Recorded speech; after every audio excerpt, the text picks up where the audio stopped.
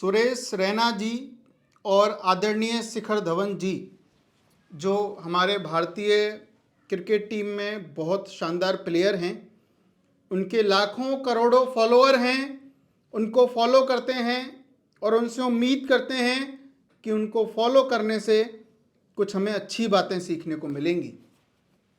और उनकी नज़र में जो उनकी अच्छी बातें थी उन्होंने सिखाई भी।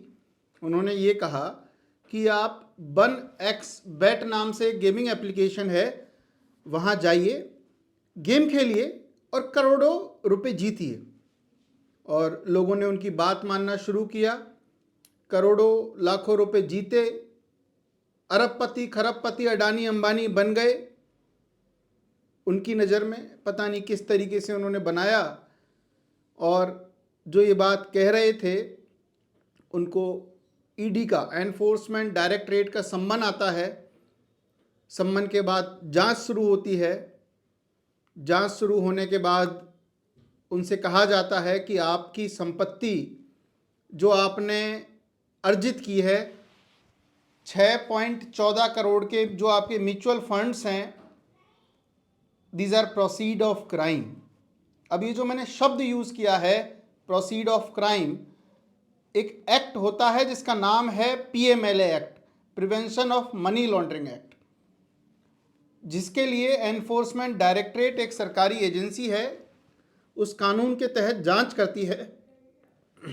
और उसमें जो प्रोसीड ऑफ क्राइम है, प्रोसीड ऑफ क्राइम का मतलब हुआ कि अलग अलग तरीकों से और गलत तरीकों से अर्जित की हुई वो संपत्ति जिसको प्रोसीड ऑफ क्राइम कहा गया। वो प्रोसीड ऑफ क्राइम के तहत ईडी उस प्रॉपर्टी को अटैच कर लेती है अगर उनको लगता है पूरी जांच पड़ताल करने के बाद कि ये प्रॉपर्टी इलीगल मीन्स से और मनी लॉन्ड्रिंग के पैसे से कमाई गई है, क्योंकि कानून का नाम ही पीएमएलए एक्ट है, prevention of money laundering act. ये कहानी मैं इसलिए सुना रहा हूं क्योंकि आज कुछ ऐसी ही खबर आपके सामने आई। नमस्कार, मैं एडवोकेट आदर्श सिंघल, राजस्थान हाईकोर्ट।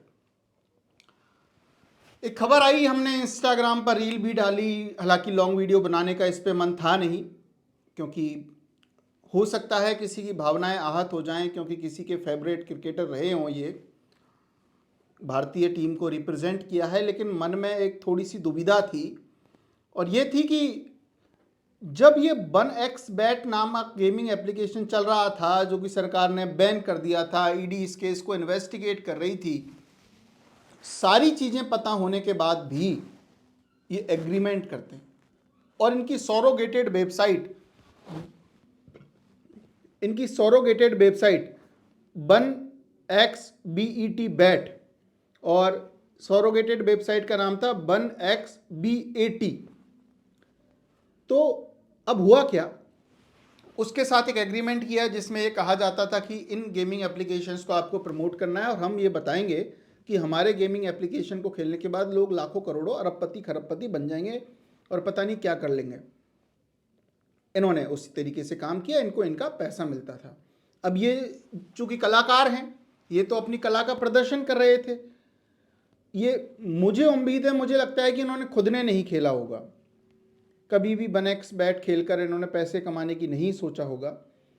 ना इन्होंने अपने बच्चों के लिए कहा होगा कि बेटा आप गेम खेल लीजिए, ना अपने भांजों और भतीजों के लिए कहा होगा कि भांजे गेम खेलो, गेम में जीत जाओगे और बहुत पैसे वाले बन जाओगे, मेहनत करने की क्या ज़रूरत है जब मोबाइल से ही पैसा मिल रहा है। मुझे नहीं लगता ये उन्होंने कहा होगा। सारी चीज़ें अलग रखते हैं, इनके ऊपर ज़्यादा कमेंट करना बेकार है। लेकिन काम की बात करते हैं, क्योंकि मुझे पता है ज़्यादा मैं या तो इधर उधर की बात करूंगा या कानून की कोई बात करूंगा, आप बोर हो जाओगे, आपको मज़ा आने वाला है नहीं। आपको चाहिए साहब हमने भी खेल रखा है या हमारे किसी दोस्त ने खेल रखा है, आप तो पॉइंट की बात बताओ, उसके साथ क्या होगा, जेल जाएगा या नहीं जाएगा, ये जानना है आपको। तो सबसे पहले वो आंसर करने से पहले सबसे पहले तो मैं उन फिल्म स्टार्स के नाम ले लेता हूँ जिनकी प्रॉपर्टी अटैच हो सकती है, और अगर किसी की किस्मत ज़्यादा खराब हुई तो वो जेल भी जा सकता है। उनमें जो प्रमोट करने वाले जो लोग थे, उनमें थे युवराज सिंह जी, रॉबिन उथप्पा जी, सोनू सूद साहब एक्टर हैं, कोविड में लोगों की बहुत मदद की थी। सुरेश रैना जी, शिखर धवन जी, मिमी चक्रवर्ती जी फॉर्मर एमपी रही हैं और एक्टर भी हैं। उर्वशी राउतेला एक्टर हैं, India brand ambassador of one x bat, ये विश्व सुंदरी रह चुकी हैं और वन एक्स बैट की ये ब्रांड एम्बेसडर हैं कि आप करिए, आप खेलिए, क्योंकि मैं कह रही हूं आप खेलिए, गेम खेलिए। ये अंकुश हाजरा बंगाली एक्टर हैं। राणा दग्गुबती एक एक्टर हैं, बाहुबली में आपने देखा होगा इनको। प्रकाश राज जी एक्टर हैं, सिंघम में आते थे। विजय देवरकोंडा एक्टर हैं और लक्ष्मी मंचू एक्टर हैं। ये हैं, और भी नाम हैं जितने मैं निकाल पाया, ये वो नाम हैं जिन्होंने वन एक्स बैट का प्रमोशन किया। और इसके बाद इनको ईडी ने बुलाया, इधर आइए मिस्टर, आप आइए। कौन सी गाड़ी है आपके पास? फॉर्च्यूनर है, डिफेंडर है, और आपके पास तो 5-7 करोड़ वाली होंगी, उन्हीं गाड़ियों से आइए। क्योंकि देखें तो सही ये गाड़ी किस पैसे से आई है, क्योंकि जब ईडी जांच करती है तो ये भी जांच करती है कब कौन सी कैसे गाड़ी खरीदी, कब कैसी प्रॉपर्टी कैसी खरीदी गई, कहाँ से पैसा आया। अगर इसके नाम प्रॉपर्टी है, इसके मैनेजर के नाम प्रॉपर्टी है, इसकी पत्नी और बच्चों के नाम, पूरा खंगाल लेती है तब जाके। क्योंकि इन ईडी को भी पता है, क्योंकि इनमें इतना दिमाग है, खुद के नाम से लेंगे नहीं, ऐसा भी कर सकते हैं और वैसा भी कर सकते हैं, विदेशों में भिजवा सकते हैं, तो पूरी कुंडली निकाल के लाती है जी ईडी। इनको दिए गए सम्मान, तो दो लोगों को तो अभी शिखर धवन और सुरेश रैना जी की तो प्रॉपर्टी आ गई 6.64 करोड़ के, तो म्यूचुअल फंड अटैच किए हैं उनके 6.14 करोड़ के, और 4.5 करोड़ की शिखर धवन जी की प्रॉपर्टी अटैच की है। अब ये हो क्या रहा था, मैं जो बार बार कह रहा हूं कि वन एक्स बैट ये गलत है, सही है, हुआ क्या? ईडी ने ये माना 6000 म्यूल अकाउंट्स को तो उन्होंने ट्रेस ही कर लिया। 6000 म्यूल अकाउंट्स का मतलब, म्यूल अकाउंट्स को एक और बार मैं बता देता हूँ आपको। म्यूल अकाउंट का मतलब ये है, मान के चलिए मैंने अपना अकाउंट खुलवाया और आपने कहा जी आदर्श आप अपना अकाउंट मुझे दे दीजिए, 1 लाख रुपए के बदले 5000 रुपये मैं आपको दे दूंगा। तो मैंने अपना अकाउंट आपको बेच दिया, किराए पर दे दिया, दैट इज म्यूलिंग। खच्चर, म्यूल का मतलब खच्चर होता है हिंदी भाषा में, खच्चर अकाउंट। एक ऐसा खच्चर, वो मेरा अकाउंट जो रहा वो खच्चर था कि उस पर आपने कोई सामान रखा, फ्रॉड का पैसा रखा, और उस पर उसको कह दिया भैया दूसरी जगह इसकी फॉर्मेशन को चेंज करवाने के लिए मेरे खाते का यूज़ किया गया। ये होता है मनी म्यूलिंग। अब बात आई मनी म्यूलिंग तक तो ठीक है, 6000 बैंक अकाउंट्स की। अब इनकी जो गेमिंग एप्लीकेशंस की इनकी मैकेनिज्म पे बात करूँ मैं।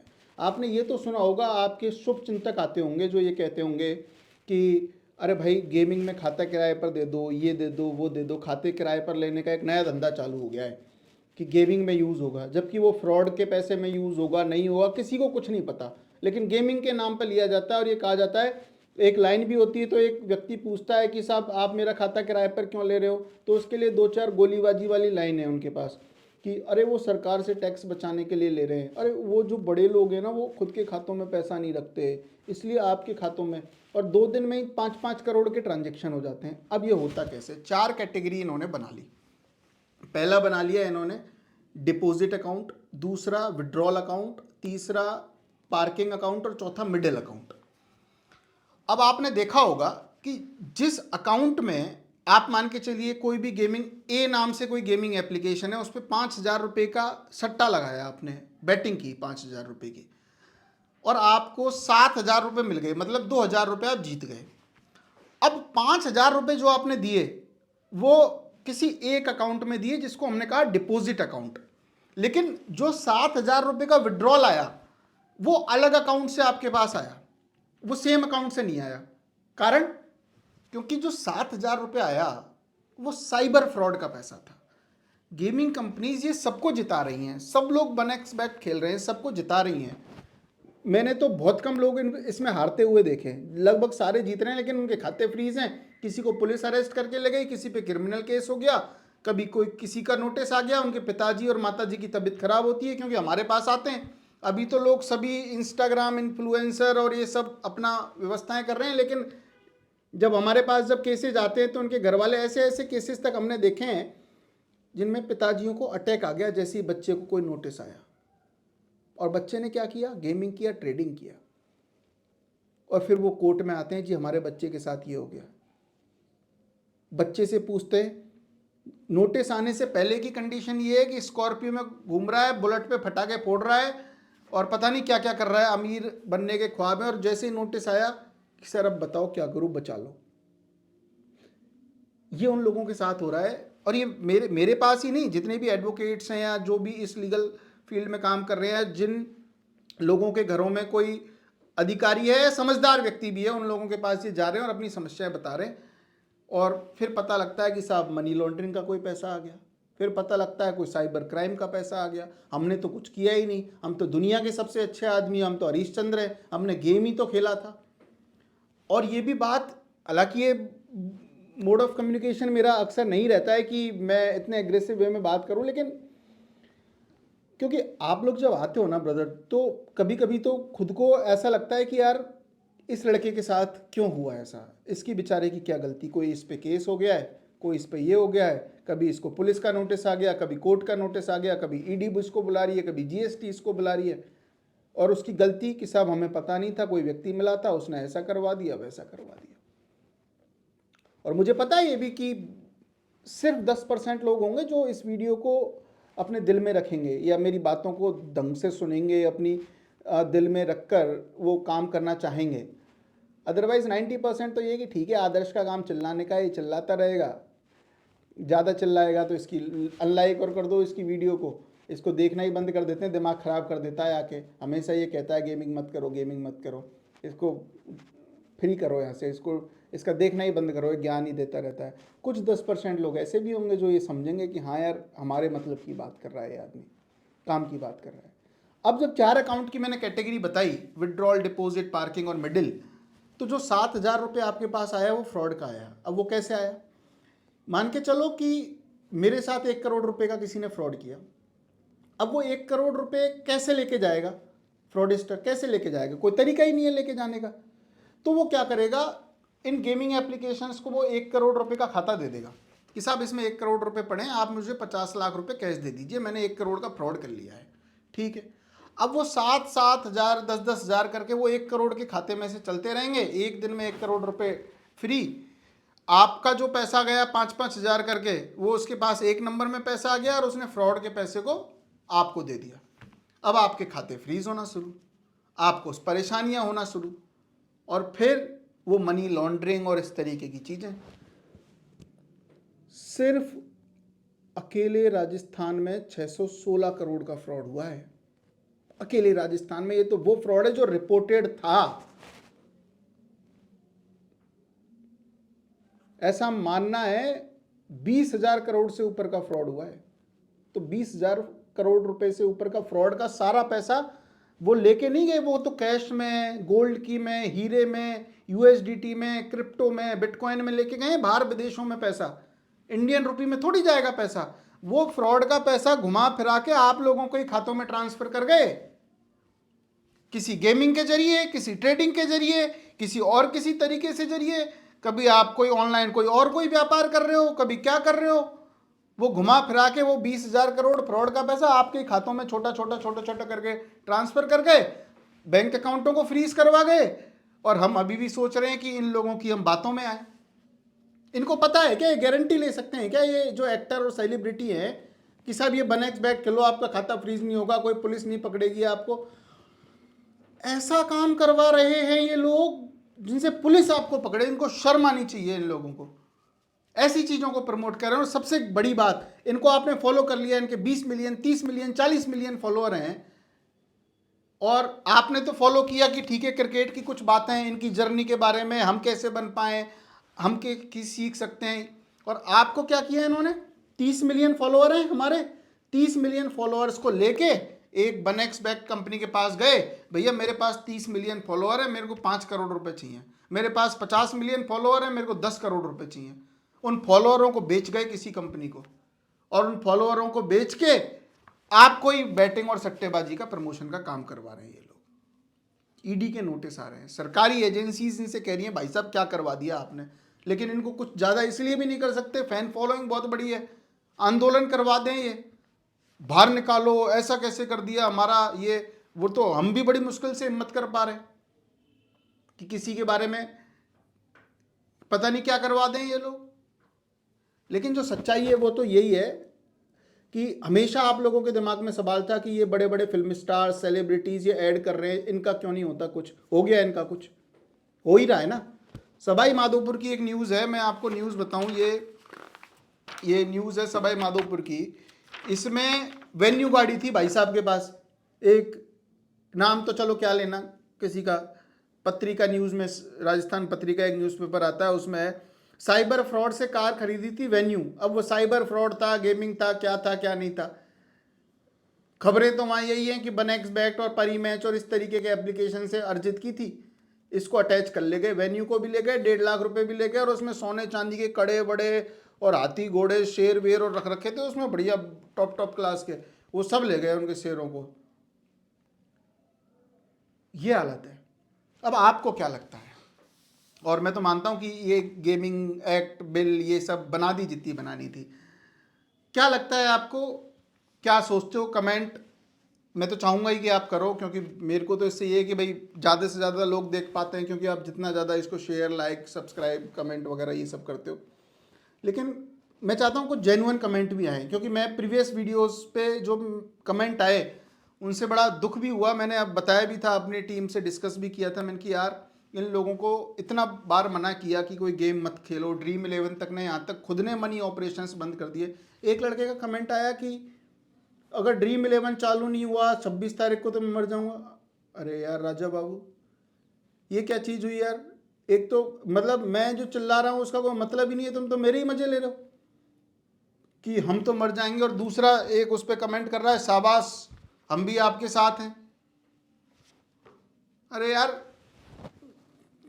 दिक्कत ये है ब्रदर, क्योंकि जिन लोगों के साथ ये हो रहा है ना, चलो आप तो घर में बैठ के आराम से वीडियो देख रहे हो, जिन लोगों के साथ ये हो रहा है, न्यूज़ आ रही है, रोटियां नहीं बनती इनके घरों में। आपको क्या लगता है सुरेश रैना जी की 6.5 करोड़ की प्रॉपर्टी अटैच हो गई, वो पता नहीं कितनी जगह कलाकारी दिखा दिखा के इतने पैसे कमाए होंगे। ये इनको नींद आएगी? इनकी रोटियां नहीं बनती हैं इनके घरों में। ये चाहे इंस्टाग्राम वो तो फॉलोअरों को मेंटेन करने के लिए हंसी खुशी वाले चेहरे दिखा देते हैं, ये टेंशन इनको भी होती है। और जो आम आदमी है जिसने बेचारे ने 2 साल इधर उधर गेमिंग वेमिंग करके वेन्यू कार खरीदी, वो उसको भी उठा ले गए पुलिस ऑफिसर्स, ईडी वाले।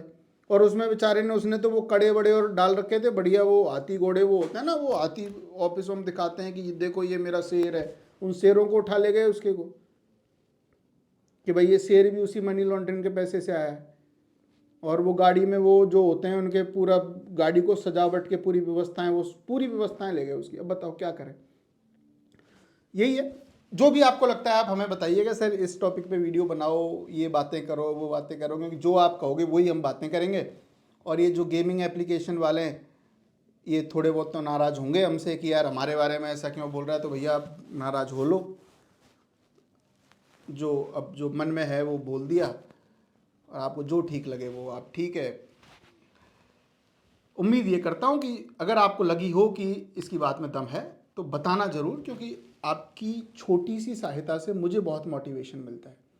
ऐसा नहीं है कि आपको कोई नोटिस आ गया ये हो गया तो मैं सिर्फ ये प्रॉब्लम बताऊंगा, बचने के तरीके भी बताऊंगा, और बचने के तरीके ऑथेंटिक, जिसमें पूरा ईडी की गाइडलाइन क्या है, आरबीआई के रूल्स क्या हैं, अगर हम गलती से इनमें फंस भी गए हैं तो बचें कैसे, सारी चीज़ें। क्योंकि कोई भी सरकार का कानून ऐसा नहीं है कि निर्दोष व्यक्ति को सज़ा दिलवाए। अगर आपने कोई गलती नहीं की, नादानी में कोई चीज़ हो भी गई है, तो हर चीज़ के लिए समाधान है। इतना ज़्यादा डरने की और घबराने की आवश्यकता नहीं है, लेकिन चीज़ों को समझने की आवश्यकता जरूर है। Thank you so much. जय हिंद, जय भारत।